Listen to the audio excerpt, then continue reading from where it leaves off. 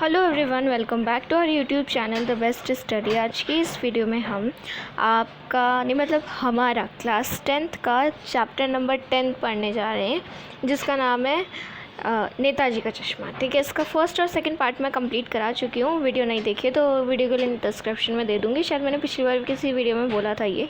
ठीक है, तो अभी हम पार्ट नंबर 3 पढ़ते हैं इसका। तो सब कुछ हमने पढ़ लिया था। क्या हुआ था, पान वाला नया पान खा रहा था। पान पकड़े अपने हाथ को मुंह से 1.5 इंच दूर रोक कर उसने हवलदार साहब को बड़े ध्यान से देखा। फिर अपनी लाल काली बत्ती सी दिखाई, मतलब बत्ती से दिखाने का मतलब हंसा। लाल काली बत्ती से दिखाई और मुस्कुरा कर बोला, नहीं साहब, वो लंगड़ा क्या जाएगा फ़ौज में, पागल है वो, पागल। तो किसके बारे में बोला ये पागल है? ये उसने, जो पान वाला था, जो बत्ती सी दिखा रहा था अपनी लाल काली, उसने कैप्टन के बारे में बोला था। कैप्टन के बारे में उसने ये बोला कि वो लंगड़ा है, वो क्या जाएगा फ़ौज में। तो इसलिए यहाँ पे यही बताया जा रहा है। ठीक है, आगे बढ़ते हैं। ये मैं थोड़ा सा इसका ब्रश कम कर लेती हूँ। मुस्कुरा कर बोला, वो लंगड़ा क्या जाएगा फ़ौज में, पागल है वो, पागल। वो देखो वो आ रहा, आप उसी से बात कर लो, फ़ोटो वोटो छपवा दो उसका कहीं। तो उसकी कितनी मजाक उड़ाता है, आप इसमें खुद ही सुन रहे हो मेरी आवाज़ से कि कितनी मजाक उड़ाता है। उसका फ़ोटो वोटो छपवा दो, लंगड़ा है, पागल है, ये वो, मतलब क्या क्या बोल देता है ना उसके बारे में। हवलदार साहब को पान वाले द्वारा एक देशभक्त का इस तरह मजाक उड़ाया जाना अच्छा नहीं लगा। तो हवलदार साहब जो थे उनको बिल्कुल भी अच्छा नहीं लगा एक देशभक्त का इस तरीके से, बुरी तरीके से मजाक उड़ाना। मुड़कर देखा तो अवाक रह गए। अवाक मतलब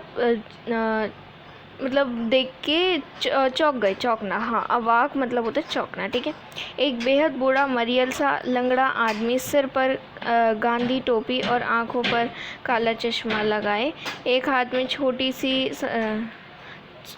सी संदूकची, और संदूकची का मतलब वो होता है जो संदूक होती है एक छोटी सी, ठीक है, जिसमें कपड़े या फिर वो कुछ रखते, कुछ भी सामान रख सकते, संदूकची। और दूसरे हाथ में पास पर टंगे बहुत से चश्मे लिए अभी अभी एक गली से निकला था। तो उसके हाथ में जो जो सामान था वो उसके बारे में मैंने आपको बता दिया। और अब एक बंद दुकान के सहारे अपना बाँस टिका रहा था।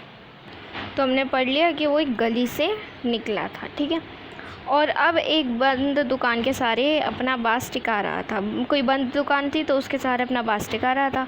तो इस बेचारे की दुकान भी नहीं, इस बेचारे की तो दुकान भी नहीं, मतलब वो क्या है, फेरी लगाता है। फेरी वाला क्या होता है, जो अपना सामान रेडे पे लेके घूमता है। और दुकान वाला क्या होता है, जिसका एक ठोस जगह, और ठोस कह रही हूँ, एक ठेठ जगह होती है जहाँ वो अपना सामान बेचता है। हवलदार साहब चक्कर में पड़ गए। पूछना चाहते थे इसे कैप्टन क्यों कहते हैं।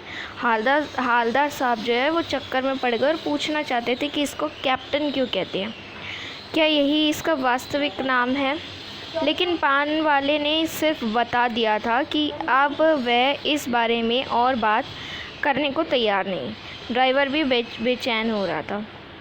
तो हवलदार साहब सोचते थे कि इसका नाम कैप्टन क्यों रखा है, इसका वास्तविक नाम क्या है, कि इसका वास्तविक नाम यही है।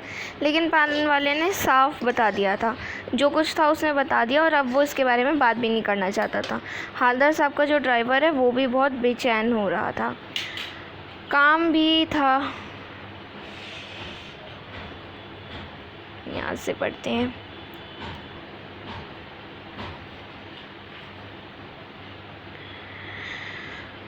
हवलदार साहब जीप में बैठकर चले गए। 2 साल तक हवलदार साहब अपने काम के सिलसिले में उस कस्बे से गुज़रते रहते थे और नेताजी की मूर्ति में बदलते हुए चश्मे को देखते रहे। 2 साल तक उनका आना जाना लगा रहा, मतलब वो आते जाते और कस्बे से ही आना जाना उनका लगा रहा था। तो वो जब भी आते जाते तो वो देखते कि जो नेताजी की मूर्ति पे जो चश्मा लगा है वो हमेशा रोज़ डेली बदलता रहता था। कभी गोल चश्मा होता तो कभी चौकोर, कभी लाल काला, कभी धूप का चश्मा, कभी बड़े कांचों वाला चश्मा, गोगो चश्मा, पर कोई ना कोई चश्मा होता ज़रूर। उस धूल भरी यात्रा में हालदार साहब को कौतुक और प्रफुल्लता के कुछ क्षण देने के लिए, तो वो जब भी आते जाते थे ना, तो वो देखते थे कि हमेशा मैं जब भी आता जाता हूँ तो कभी कैसा चश्मा होता है, कभी कैसा होता है, पर चश्मा ज़रूर होता है। फिर एक बार ऐसा हुआ कि मूर्ति के चेहरे पर कोई भी कैसा भी चश्मा नहीं था। उस दिन पान की दुकान भी बंद थी, चौराहे की अधिकांश दुकानें भी बंद थी। तो हुआ क्या, एक दिन जब हालदार साहब वहाँ से गुज़र रहे थे तो उन्होंने देखा कि नेताजी की मूर्ति पे कोई चश्मा भी नहीं था, पान वाले की भी दुकान बंद थी और आसपास की जितनी भी दुकानें हैं कुछ वो भी बंद थी। अगली बार भी मूर्ति की आंखों पर चश्मा नहीं था। हालदार साहब ने पान खाया और धीरे से पान वाले से पूछा, क्यों भाई, क्या बात है, आज तुम्हारे नेताजी की आंखों पर चश्मा नहीं है? पान वाला उदास हो गया। उसने पीछे मुड़कर मुंह का पानी नीचे थूका और सिर झुकाकर अपनी धोती के सिरे से आंखें पोंछता हुआ बोला, साहब कैप्टन मर गया। तो कैप्टन के बारे में बता रहे, कैप्टन मर गया।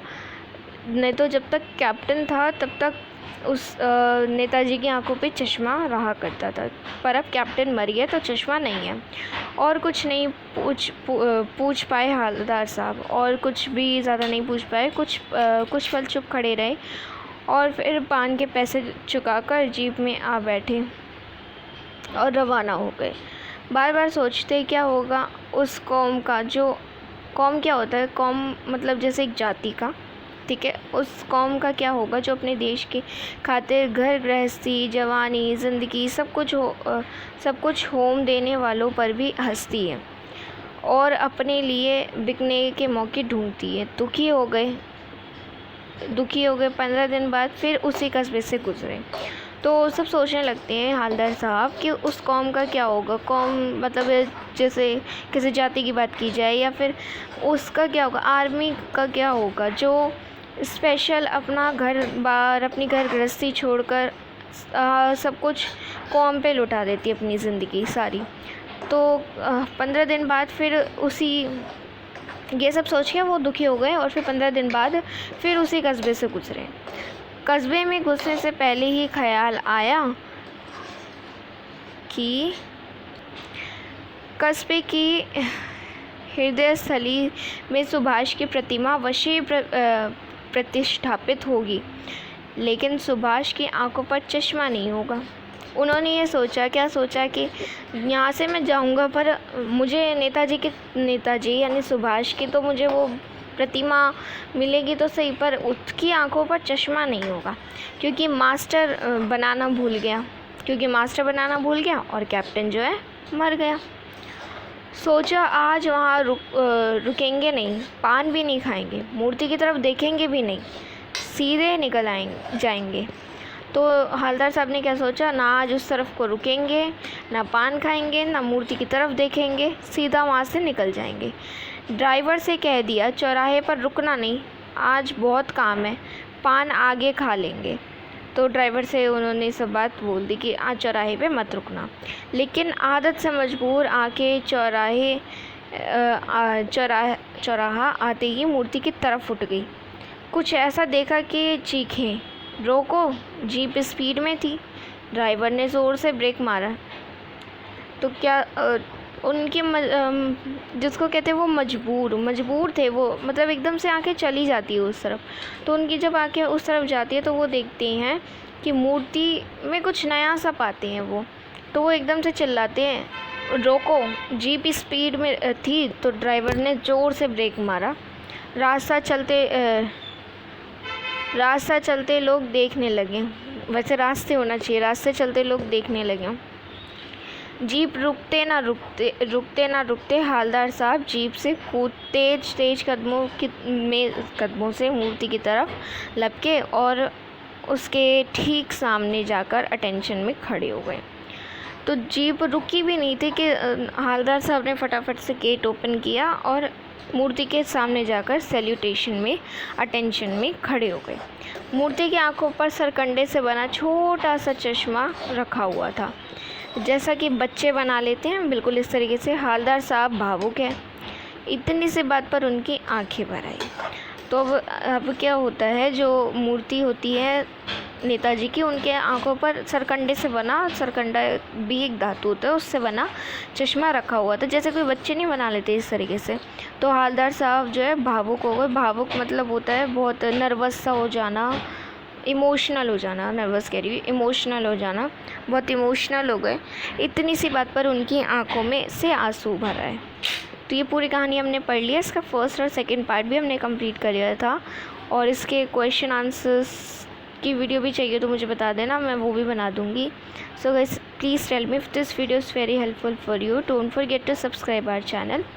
Also share this video with your friends and family members. I meet you to the next video. तब तक के लिए चलते, take care and bye bye.